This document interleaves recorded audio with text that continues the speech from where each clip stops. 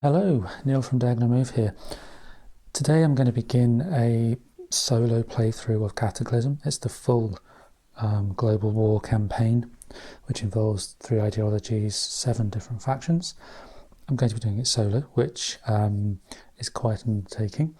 And I'm going to jump straight in. I did a video earlier that just looked at the systems in a very brief way, just to try and give someone who has never had any experience with Cataclysm a bit of an overview, because it is quite a complex and involved game. Lots of special rules, lots of things like that. I didn't go into too much detail about all those things, but hopefully give you a sense of what the game's about. So if you're completely new to Cataclysm, I'd suggest you go and watch that video first, just to get a sense of what it is and what it's all about. For those of you who want to jump straight into the playthrough though, I will be playing the Soviet Union. That will be my faction for the purposes of the game. However, I will also be doing the best move possible, or as far as I can tell, the best move possible for the other 6 factions in the game. So on the democracy ideology, you'll have the United States, France and the UK, who will try to come out of that kind of lethargy that afflicted them in the early 1930s and try and deal with the fascist threat during the mid to late 30s in an attempt to stop the Second World War raging quite like it did. Whereas on the other side, the fascists, Japan, Germany and Italy, will attempt to conquer the world, as you do when you play that side.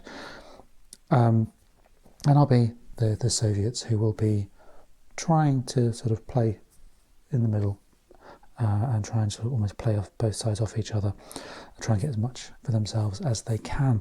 Now, in terms of setting up the turn track and everything, I've just got to put a few things into the cup, and then we'll start the first turn. Basically, all the admin counters will go into the cup. Everyone will do production, and then certain things for each side will go into that cup as well.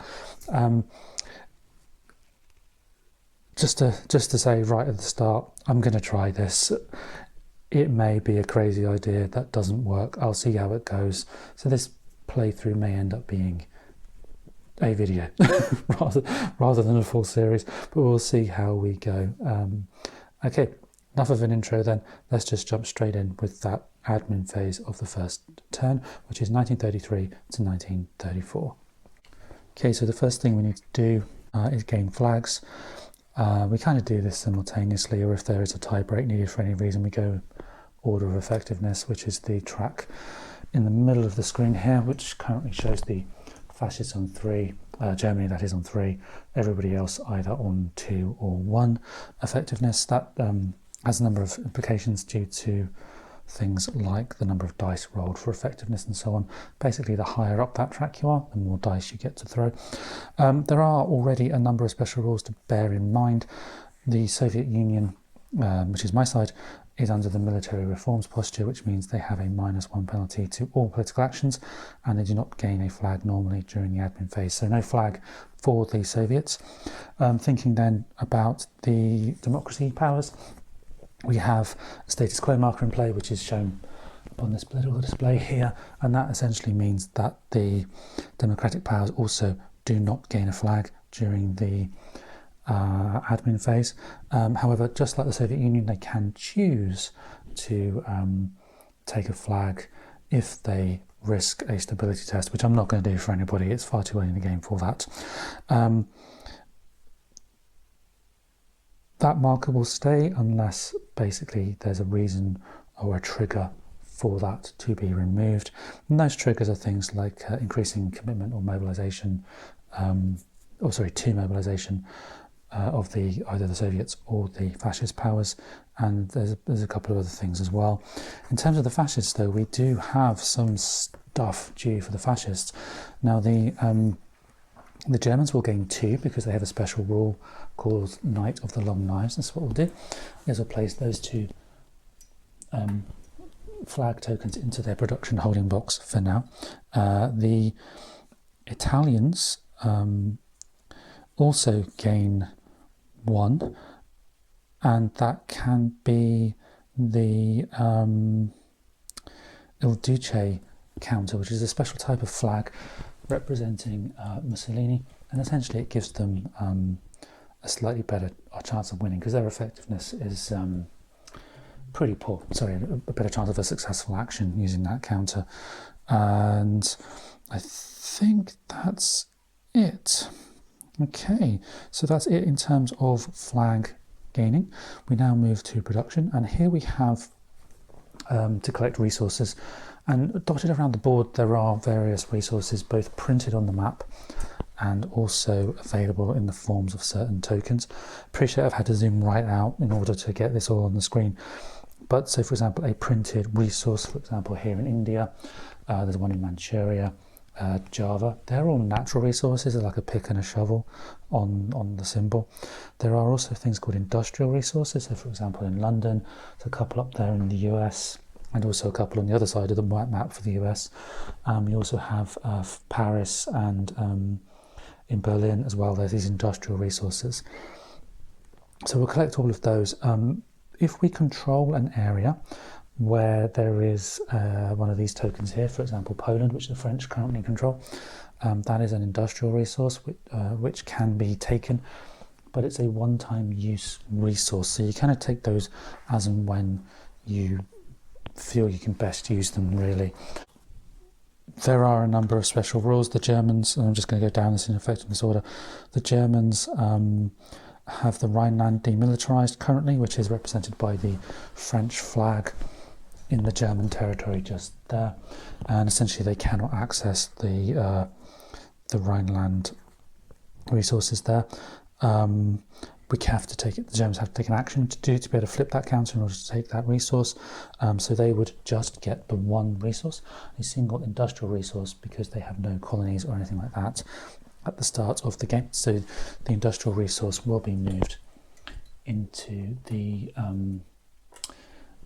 production holding box for the Germans. Now the resources, there's a conversion rate for resources, and what that means is you can convert those resources into either builds, so you can build military armies, units effectively of different types at a different cost, or you can convert them on a one-to-one basis to a military action. Now when you are at a very civilian level of commitment in terms of your economic war machine, the conversion rate is 2 resources for one army. However, it's a straight one-to-one for the resources to military actions. So I think for the purposes of Germany, I will convert that into a military action for now. Okay, so that is Germany done. Just going straight down that list on the center of the board, going down the list of effectiveness here. Next up we have the Japanese. Now the Japanese will have a resource for Tokyo. They will also have a natural resource because they have colonized Manchuria. So that's 2 resources for them, one of which can be converted into a military resource.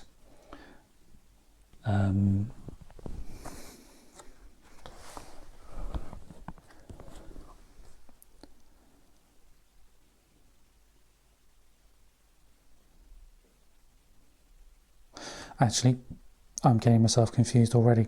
You gain military actions for free if you have the industrial resource. At the moment, it's just no one's actually at war, so we just get the resources. So it's 2 resources for the Japanese, who will, because they're at a higher level of commitment, they will keep those as resources. They're currently at rearmament, which means it's cheaper for them to build units, and at the start of the game they have more available.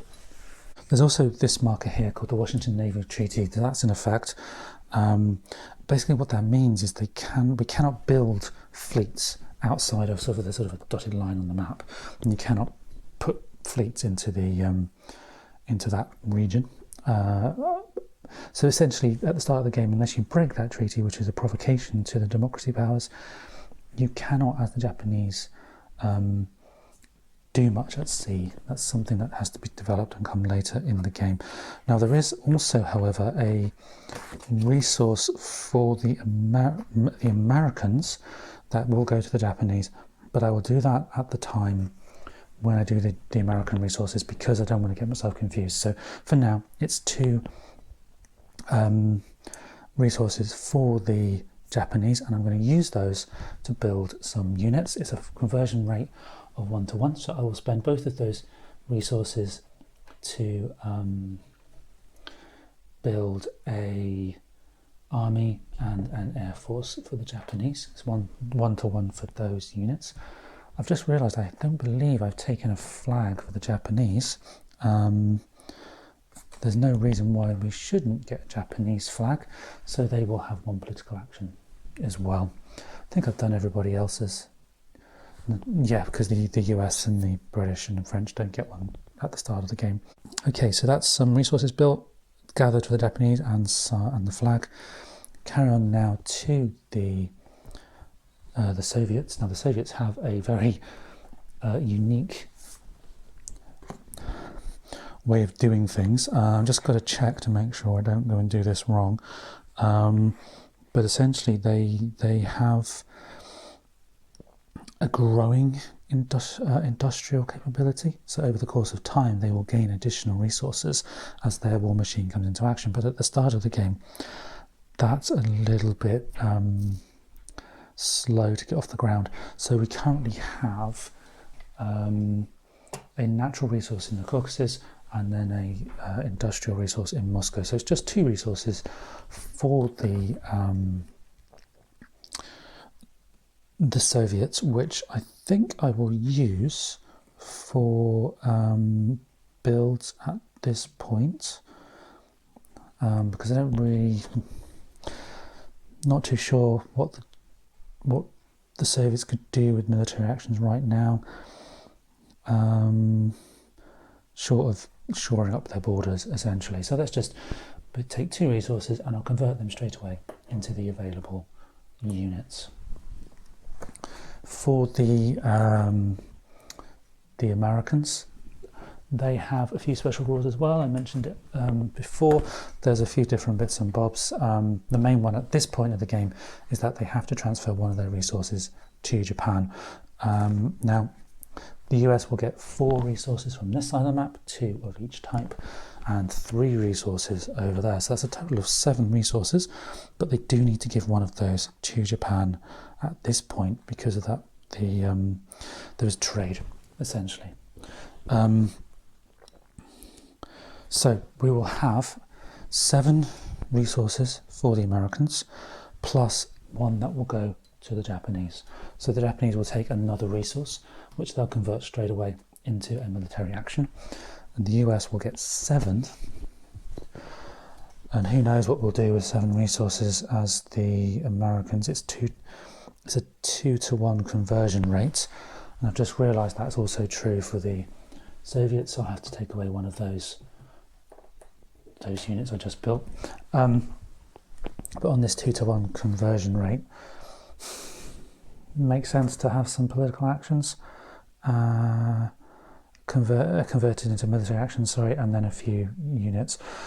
So I guess we'll have, let's have a military army, which would be 2 resources because of the civilian conversion rate. We'll have an air force again, so that's a total of 4 resources spent. We'll build a fleet. Not that we can put it anywhere. Now the fleets normally cost 2 resources, which means we would need 4, so I can't actually do that. So I guess we get 3 political actions, military actions as the Americans. The British are up next. They get 2 resources, 1 from Canada and then an industrial resource from London. They also have resources in India and in Queensland in the Australian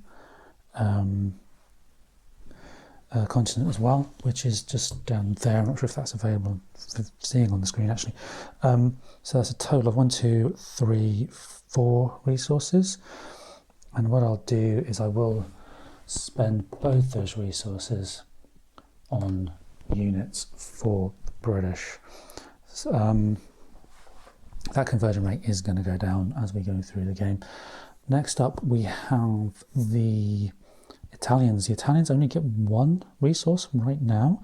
They've really not got a great deal. Now we can do what's called an Abyssinian adventure as a political action, I believe it is. Maybe military one, not sure, but anyway, you can do this action, which will give you a second one. But right now they only have 1 resource, which will just convert straight away into a military action. Just going to double check that, yeah, in order to do that Abyssinian adventure, which gives you extra resource, you have to spend a military action to do it. So it's well worth us getting the military action there for the Italians. Just a quick note, those military actions are called offensives in the game terminology. Okay, anybody left? French. The French has still to go, so we have 2 resources for the French. I just need to double check how expensive fortresses are to build. I think fortresses are still a single resource, so fortresses are essentially fixed emplacements. I think the Maginot Line is probably the best way to think of it. So we'll get the resource there for the French, so that'll be 2 resources spent to build a fortress. Now fortresses are special. They are a little bit like fleets in the sense that you place them on the turn track, not in the production holding box. So we'll pop that just there, ready for deployment next turn. What's next? Okay, so we've done that. Next up, we need to think about what we're going to do with some of these things. So that's an excellent question, because we can, as each faction can put 1 unit in reserve or 1 counter in reserve, which again is placed up onto the box just here, and you can interrupt the normal flow of the turn by calling those out. So what I'll do, and I'll start with the Germans again. The Germans will definitely keep a political action in reserve, and we'll represent that by just placing it on the track there, and and then we'll just keep going down. So the Japanese have a military offensive political action in some armies. Yeah, we'll pop that flag in there as well.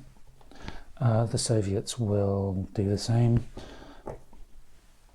The French and the Americans, they don't have any political actions they can do right now. So the British will, don't know, I don't think they will. I think they'll leave those units there. They'll come up in the course of time. We will get them eventually. The Americans, though, will take one of those military actions, or the offensives as they're known, and place it on the reserve track. The Italians will definitely put Il Duce into the holding box. Not the holding box, the reserve box. And then finally, the French don't have anything to put in there, so they're fine. So that is now the admin phase of the 33 turn done. Okay, what all that's left to do then is to place the production holding box contents into the cup and start the actual turn. Okay, we have a whole host of counters in there ready to start drawing one at a time for the main bulk of the turn, which is the chip pull sort of phase, if you like. It's got a certain phase, I can't remember what it is, but action phase, that's what it's called, the action phase. But what I think I will do, rather than try and do all of this at once, is I think I'll cut the videos into chunks. So this video will probably stop here. We've done the admin phase, the production of 1933. Next video we'll go into the action phase of 1933-34, start pulling stuff out of that cup and seeing what we can do and how the flow of the game fits together. Hopefully this has given you a sense of what you have to do, if nothing else, with this particular game, and how already we can see how the different factions are able to do slightly different things right now, and how it's possible to gear up one way or another depending on your intention, because obviously at the end of the game we need to have the most areas controlled in order to gain the most victory points for our ideologies. Okay, we'll deal with the actions and what some of these actions mean though in the next video. Thanks for joining, and I'll see you for that one.